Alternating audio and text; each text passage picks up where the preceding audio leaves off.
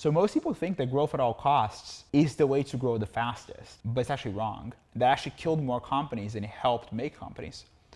And the reason is because when you imagine yourself as an investor and you're allocating resources and you think there's a company A growing at, let's say, 100%, and there's a company B growing at 30%, you would imagine that most people would be more excited about company A.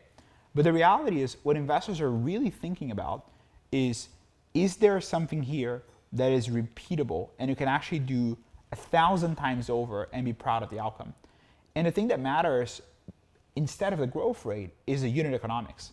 So when you acquire a customer, how many months it takes for it to pay back the acquisition cost of that unit. And a lot of companies were solving for a growth rate. They say, I want to grow at 100%, and I want to throw any dollar and all dollars I can into solving for that.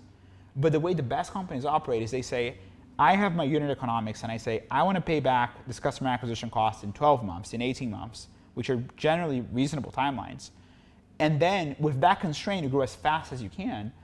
And what that means is you can actually grow for a much longer time if you do it that way, because it's much better if you grow at 40% for 5 years instead of growing 80% for 1 or 2 years and then getting to year 2.5 and an investor coming and saying, you know what, this actually makes no sense. We shouldn't pour more dollars in it because we're going to lose all this money.